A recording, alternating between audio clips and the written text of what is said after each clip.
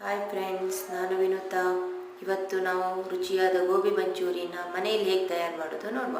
ಮೊದಲು ಗೋಬಿ ಮಂಚೂರಿನ ಕ್ಲೀನ್ ಮಾಡ್ಕೊಬಿಟ್ಟು ನೀರಿನಲ್ಲಿ ಒಂದು ಕುದಿ ಬೆರೆಸಿ ಅದನ್ನು ಸೋಸ್ಕೊಂಡು ರೆಡಿಯಾಗಿ ಇಟ್ಕೋಬೇಕು. ನಂತರ ಒಂದು ಪಾತ್ರೆ ತಗೊಂಡು ಅದಕ್ಕೆ 1.5 ಕಪ್ ಆಗುವಷ್ಟು ಮೈದಾ ಹಿಟ್ಟು, 1 ಸ್ಪೂನ್ ಆಗುವಷ್ಟು ಕಾರ್ನ್ಫ್ಲೋರ್, 1 ಸ್ಪೂನ್ ಆಗುವಷ್ಟು ಅಕ್ಕಿ ಹಿಟ್ಟು,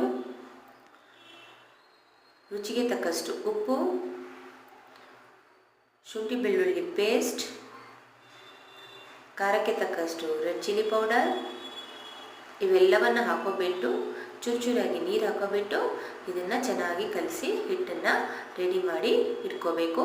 ಒಂದೇ ಸಲ ನೀರು ಹಾಕೋಕ್ಕೆ ಹೋಗಬೇಡಿ, ಗೊತ್ತಾಗಲ್ಲ ನಮಗೆ ಎಷ್ಟು ನೀರು ಬೇಕಾಗುತ್ತೆ ಅಂತ. ಸ್ವಲ್ಪ ಹಾಕ್ಕೊಂಡ್ಬಿಟ್ಟು ಅದರ ಕನ್ಸಿಸ್ಟೆನ್ಸಿ ನೋಡ್ಕೊಂಡ್ಬಿಟ್ಟು ನಾವು ಹಿಟ್ಟು ಹಾಕ್ಕೊಂಡು ನೀರು ಹಾಕ್ಕೊಂಡ್ಬಿಟ್ಟು ಕಲಿಸ್ಕೋಬೇಕು.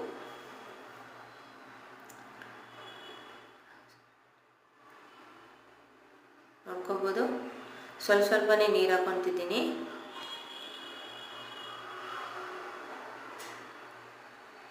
ಇವಾಗ ನೋಡ್ಬೋದು ಕನ್ಸಿಸ್ಟೆನ್ಸಿ ಈ ಥರ ಇರಬೇಕು.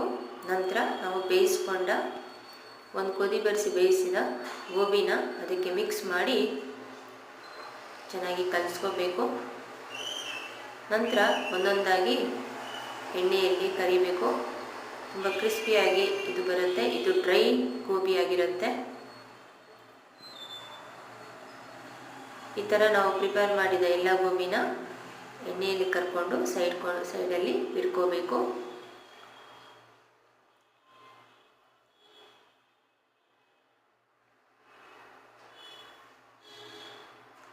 ನಿಮಗೆ ಕ್ರಿಸ್ಪಿ ಆಗಿದೆ, ಬೆಂದಿದೆ ಅಂತ ಗೊತ್ತಾದ್ಮೇಲೆ ತೆಗೆದು ಸೈಡಿಗೆ ಇಟ್ಕೊಳ್ಳಿ. ಆಲ್ರೆಡಿ ನಾವು ಸ್ವಲ್ಪ ಬೇಯಿಸಿರ್ತೀವಿ. ಸ್ವಲ್ಪ ಬೆಂದರೆ ಆಗಿರುತ್ತೆ, ಕ್ರಿಸ್ಪಿಯಾಗಿ ಕಾಣಿಸುತ್ತೆ. ನೋಡ್ಬೋದು ಚೆನ್ನಾಗಿ ಕಲರ್ ಬಂದಿದೆ, ನ್ಯಾಚುರಲ್ ಕಲರ್ ನೋಡ್ಬೋದು. ನಂತರ ಇದನ್ನು ಸೈಡ್ಗೆ ಇಟ್ಕೊಬಿಟ್ಟು ಒಗ್ಗರಣೆಗೆ ಚಾಪ್ ಮಾಡಿದ ಬೆಳ್ಳುಳ್ಳಿನ, ಶುಂಠಿ ಬೆಳ್ಳುಳ್ಳಿ ಪೇಸ್ಟ್, ಸಣ್ಣಗೆ ಕತ್ತರಿಸಿದ ಈರುಳ್ಳಿ, ಉದ್ದಗೆ ಕತ್ತರಿಸಿದ ಕ್ಯಾಪ್ಸಿಕಮ್, ಸ್ವಲ್ಪ ಉಪ್ಪು ಹಾಕೋಬಿಟ್ಟು ಹೈ ಫ್ಲೇಮಲ್ಲಿ ಬೇಯಿಸ್ಕೊಳ್ಳಿ. ಹೊರಗಡೆ ನಮಗೆ ಗೊತ್ತಿರಲ್ಲ ಯಾವ ಎಣ್ಣೆಯಲ್ಲಿ ಕಾಯಿಸ್ತಾರೆ ಏನು ಅಂತ. ಮನೇಲಿ ಈ ಥರ ಹೆಲ್ತಿಯಾಗಿ ಪ್ರಿಪೇರ್ ಮಾಡಿಕೊಂಡು ಮಕ್ಕಳಿಗೆ ಕೊಡ್ಬೋದು, ಅವರು ಇಷ್ಟಪಟ್ಟು ತಿಂತಾರೆ. ಇದಕ್ಕೆ ಸಾಸ್ ಬಂದುಬಿಟ್ಟು red chilli sauce, green chilli sauce, soya sauce.